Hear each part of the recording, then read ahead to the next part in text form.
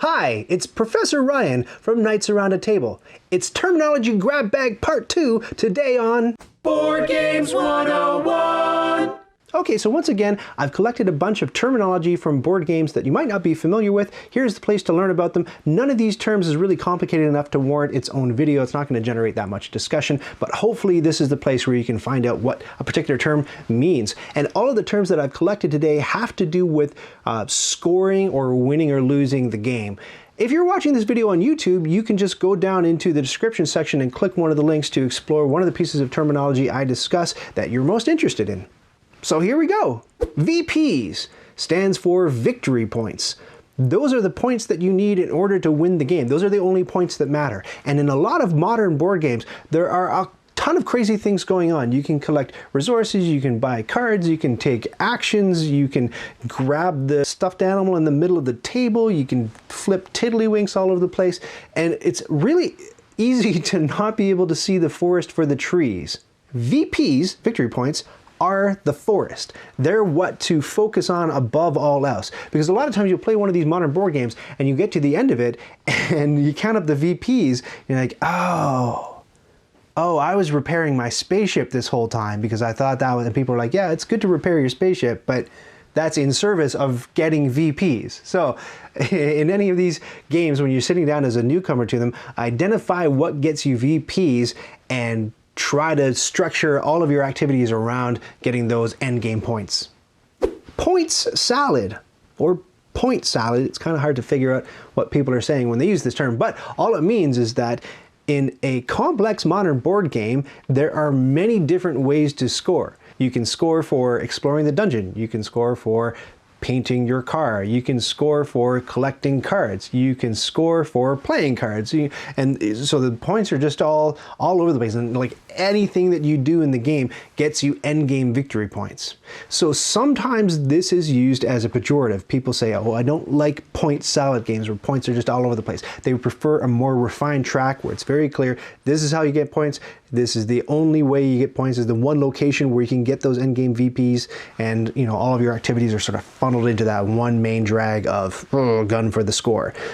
Other people, though, they kind of like games where the points are splattered around all over the place and anything that you do gets you points. Because I think they like the comfort of knowing that no activity is sort of a wasted effort. No matter what they do, they're going to get points for it. So it really depends on kind of the side of the fence that you're sitting on, whether a point salad game is a good thing or a bad thing. Metascoring. The prefix meta meaning sort of self-referential. So this is usually points that you earn for the points that you earn. So certain cards in certain games say for every number of points you earn for doing this, you earn a certain number of points. So let's say you've got a game where you're building a city and different buildings are yellow and different buildings are blue, and you get points for building the blue buildings, but then you get this card that says for every blue building you build, which already gets you points, you earn an extra point. That's metascoring. ABL stands for anything but last. And that's kind of like a gameplay philosophy that comes to us through other things like sports. All it means is that you may not be the winner, but you are doing everything in your power to finish that game not in the last position. Doesn't matter if you win, all that matters is that you don't lose. Downtime. Downtime is the space in a game between moments where you get to do something. So it's usually your turn. If there's nothing that you can do from the end of you taking your turn to the beginning of you getting to take your turn again, that whole time when everybody else is doing stuff and you don't get to participate, that's downtime. It's generally bad news in games, and you'll find that a lot of modern board games and modern board game designers are trying to come up with ways to reduce downtime in a game. So they'll come up with neat mechanics so that you're able to think about things, plan things, or even take actions even outside your turn when it's not your moment to shine and do things in the game. So a couple of good examples, in Catan, it might not be your turn, but the person, the active player, might want to trade resources with you. So you have to pay attention to what everybody's collecting because you might be called upon by the active player who says, hey, do you have any sheep? I've got brick to trade.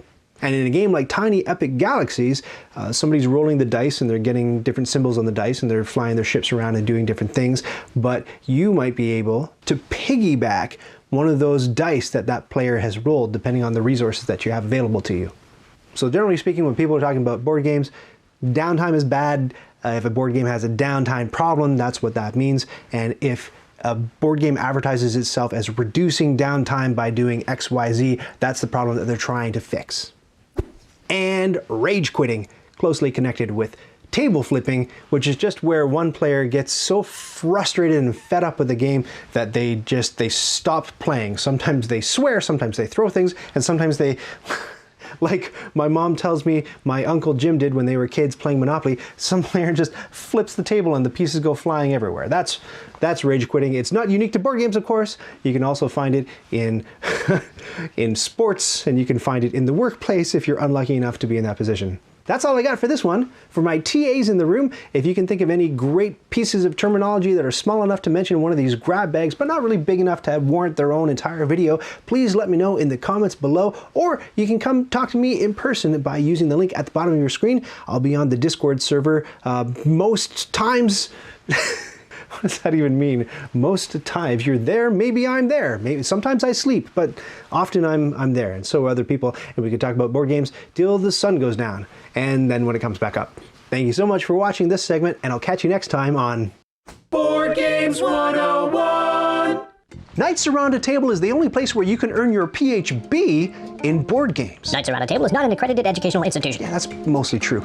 To see a full course syllabus, go to knightsaroundatable.com. If you'd like to fund an endowment, visit me at my Patreon page. And as usual, click the subscribe button and the bell to get notifications when new course materials are available. And remember, if you cheat, you're only cheating yourself.